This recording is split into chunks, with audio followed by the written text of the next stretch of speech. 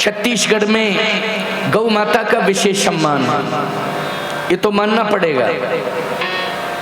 जितना गौ माता का सम्मान, संरक्षण, सुरक्षण छत्तीसगढ़ में है, भारत के अन्य राज्यों में है। लेकिन श्रद्धा भाव, सुरक्षण, संरक्षण, पालन पोषण की अधिकता अगर देखी गई है तो भारत देश में एक राज्य है, वो विशेष रूप से छत्तीसगढ़ राज्य है, इसमें गौ माता के प्रति आज भी समर्पण है। मैं चाहता हूं कि पूरे भारत में होना चाहिए,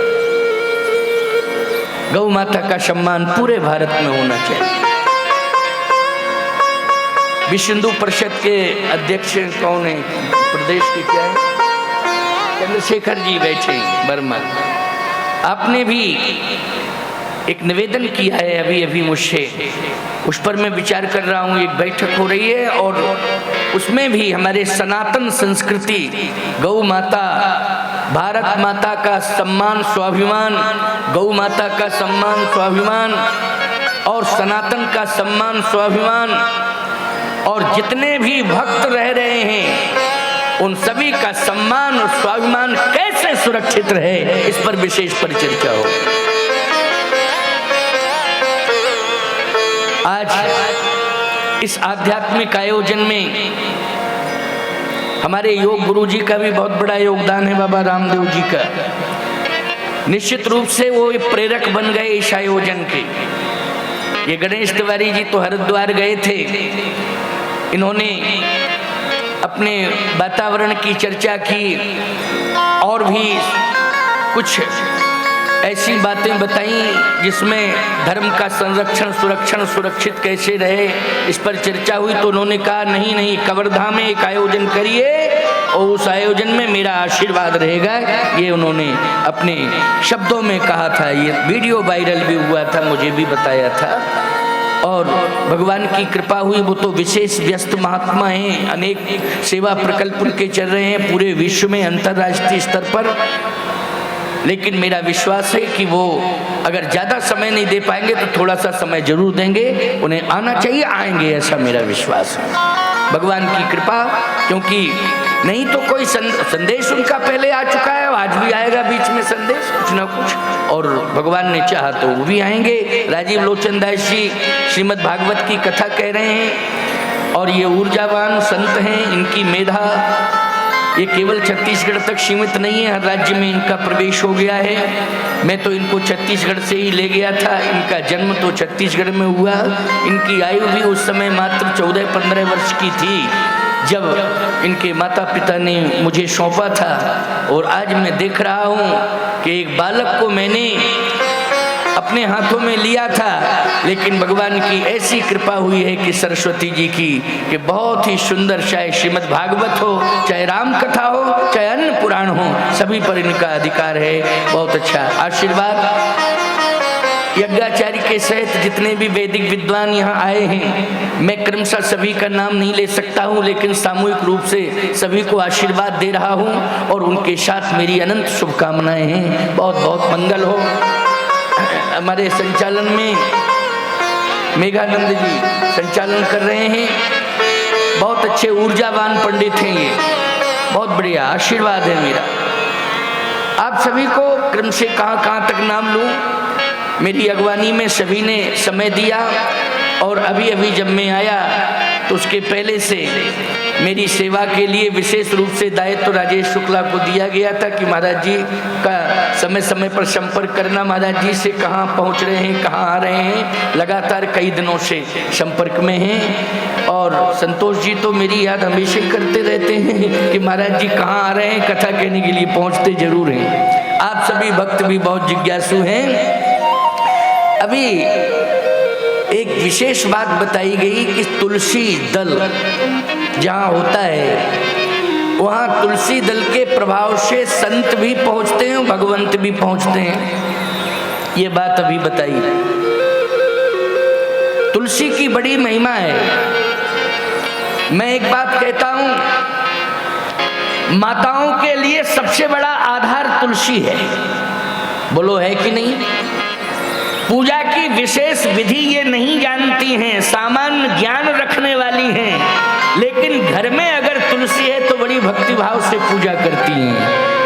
ये करती हैं कि इनके लिए पूजा का सबसे बड़ा आधार है तुलसी माँ। गौ माँ भोजन बनाती हो तो गौ माता के लिए ग्रास निकालती हो ना, गौ ग्रास होता है। तो गौ माँ भी आधार, तुलसी माँ और गौ माँ।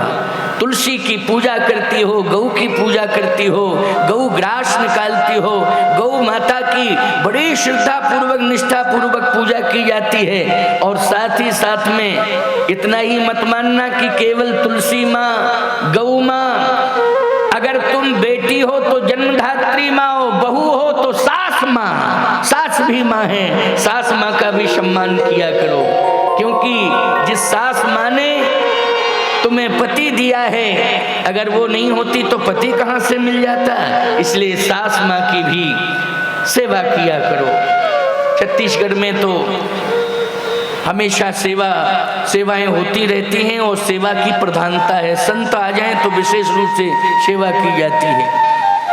लेकिन वातावरण को शुद्ध करने के लिए सबसे पहले, पर्यावरण को बुलाने के लिए सबसे सशक्त यदि कोई औषधि है तो तुलसी है। रोग प्रतिरोधक क्षमता दूर करने वाली अगर कोई सशक्त औषधि है तो वो तुलसी है। और अनंत रोगों को दूर करने वाली गौ माँ, जिसके गौमूत्र में न जाने कितने प्रकार के रोगों को दूर करने की क्षमता, गौ माँ के दूध में कितने प्रकार के रोगों को दूर करने की क्षमता, ये सारे के सारे दिव्य औषधि युक्त आज हमें आध्यात्मिक प्रकल्प मिले हैं, हम लोग सदुपयोग नहीं कर पा रहे हैं, ये दुर्भाग्य है। लेकिन राम कथा का मंच आज संकेत दे रहा है कि तुलसी के कारण ही हनुमान जी महाराज विभीषण के पास पहुंचे। किसके कारण पहुंचे? तुलसी के कारण। बड़ा प्रसिद्ध दोहा है, सुनिए। रामायुध अंकित ग्रहे शोभा बरनी न जाय, नव तुलसी का वृंद तह देख हरस कपि राय। पूरी लंका भ्रमण करने के बाद एक ही जगह हनुमान जी प्रभावित हुए, वो जहां तुलसी थी। हनुमान जी को बड़े बड़े सोने के भवन दिखाई दिए लेकिन हनुमान जी प्रभावित नहीं हुए। लेकिन जहां तुलसी थी वहां हनुमान जी देख करके प्रभावित हो गए कि निश्चित रूप से यहाँ मुझे भक्तिमय वातावरण मिलेगा, मुझे संपर्क करना चाहिए। एक बात और आपको बता दें, हमारे जीवन में अगर हमें सफलताएं प्राप्त करनी है तो एक संत की खोज करनी चाहिए। देखो, सफलता का राज मैं आपको बता रहा हूं। सफलता प्राप्त करनी है तो हमें खोज किसकी करनी है? हमें एक संत की तलाश करनी है, संत की खोज। आज लोग खोज तो करते हैं, सफलता प्राप्त करने के लिए व्यापार की खोज करते हैं, इससे धनार्जन होगा, हमें सफलता मिलेगी। एक खोज का तरीका ये भी है। दूसरा खोज का तरीका क्या है लोगों का? लोग खोजते हैं, क्या खोजते हैं? बोले लोग ये खोजते हैं कि कोई हमें अच्छा मित्र मिल जाए और वो मित्र हमारा साथ दे दे तो हमें सफलता मिल जाएगी, तो एक मित्र खोजते हैं। वो लोग खोजते हैं कि नहीं? बहुत से लोग ये भी सोचते हैं कि हमारे जीवन को सफल बनाने में सारथी की भूमिका का निर्वाह करती है एक नारी, पत्नी के रूप में मुझे एक नारी मिल जाए तो वो हमारा सहयोग करेगी तो हमें सफलता मिल जाएगी। पत्नी की खोज करते हैं लोग, व्यापार की खोज करते हैं लोग, रोजगार की खोज करते हैं। मैं एक बात कहता हूँ, पत्नी की खोज क्या करना, ये तो विधि का विधान है, वो तो होगा ही पूरा। क्यों भाई? विधि का विधान है। भारतीय संस्कृति में पत्नी पाणी ग्रहण से हमें प्राप्त होती है, विधि के विधान से हमें प्राप्त होती है। बोलो होती है कि नहीं? ये संस्कारों से प्राप्त होती है। ब्रह्मा इसके जिम्मेवार हैं, हमें बहुत ज्यादा प्रयास करने की जरूरत नहीं है। विधि का विधान है, वो पूरा होगा ही होगा। मैं एक बात कहना चाहता हूं, लक्ष्मी की बात। लोग धन की तलाश करते हैं कि धन कैसे मिलेगा, इसके लिए प्रयत्न करना चाहिए। मैं एक बात कहता हूं, धन आराम से मिल जाएगा, प्रयास नहीं करना पड़ेगा। बोले इसके लिए करना क्या पड़ेगा? गोस्वामी जी कहते हैं एक ही तरीका है, क्या कि जहां सुमति, जहां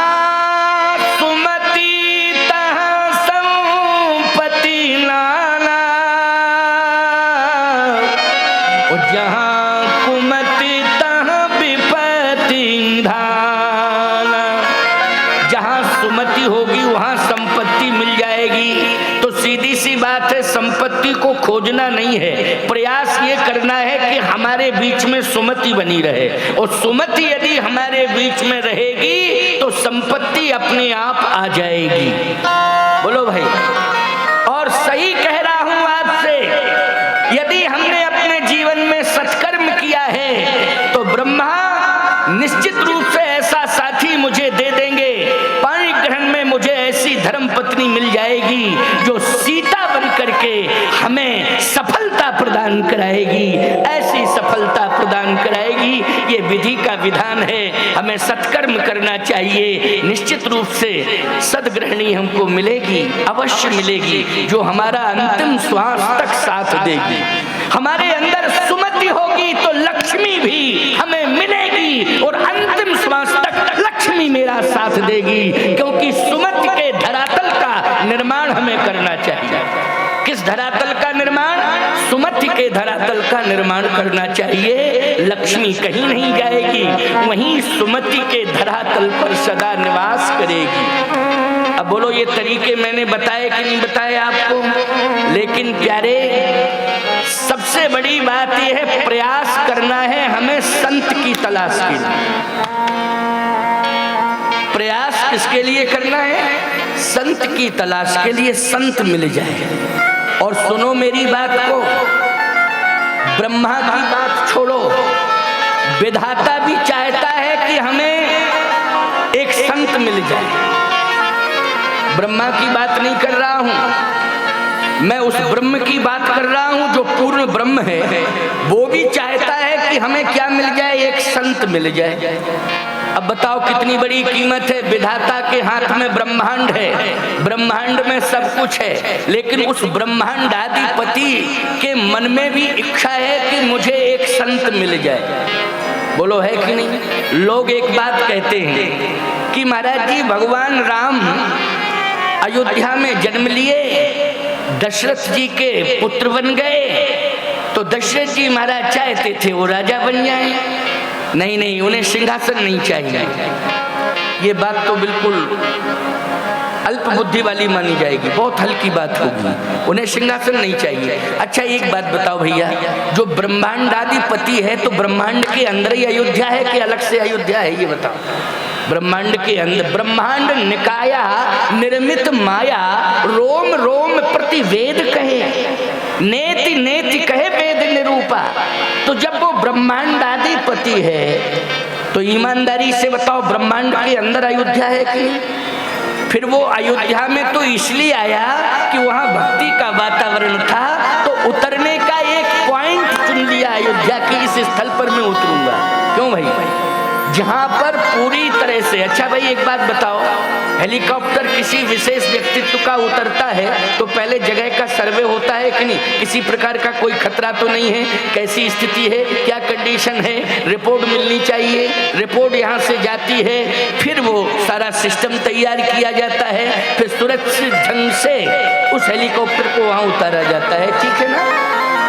मैं एक बात कहना चाहता हूं, परमात्मा को भी उतारना है धरती पर, तो परमात्मा को कौन उतारेगा? कहा परमात्मा को उतरने के लिए महात्मा ने यज्ञ के माध्यम से रिपोर्ट दी। और महात्मा कौन है? वशिष्ठ जी महाराज। बोलो भाई है कि नहीं? वशिष्ठ जी ने रिपोर्ट दी है और यज्ञ के माध्यम से वो उतरने वाला पॉइंट क्या है? हेलीपैड नहीं, वो तो यज्ञ स्थल है। क्यों भाई? परमात्मा को उतारने वाला पॉइंट क्या है? बोले यज्ञ स्थल है। ईमानदारी से बताओ, यज्ञ जहां होता है वहां पूरा सुरक्षित कर दिया जाता है स्थान, और वातावरण को पवित्र कर दिया जाता है। बोलो कर दिया जाता है कि नहीं? स्थान भी सुरक्षित होता है, क्योंकि भूमि पूजन में देवताओं का आवाहन किया जाता है, देवों से प्रार्थना की जाती है। क्यों भाई गणेश तिवारी, जब पहले आयोजन के पहले भूमि पूजन कराया होगा ना?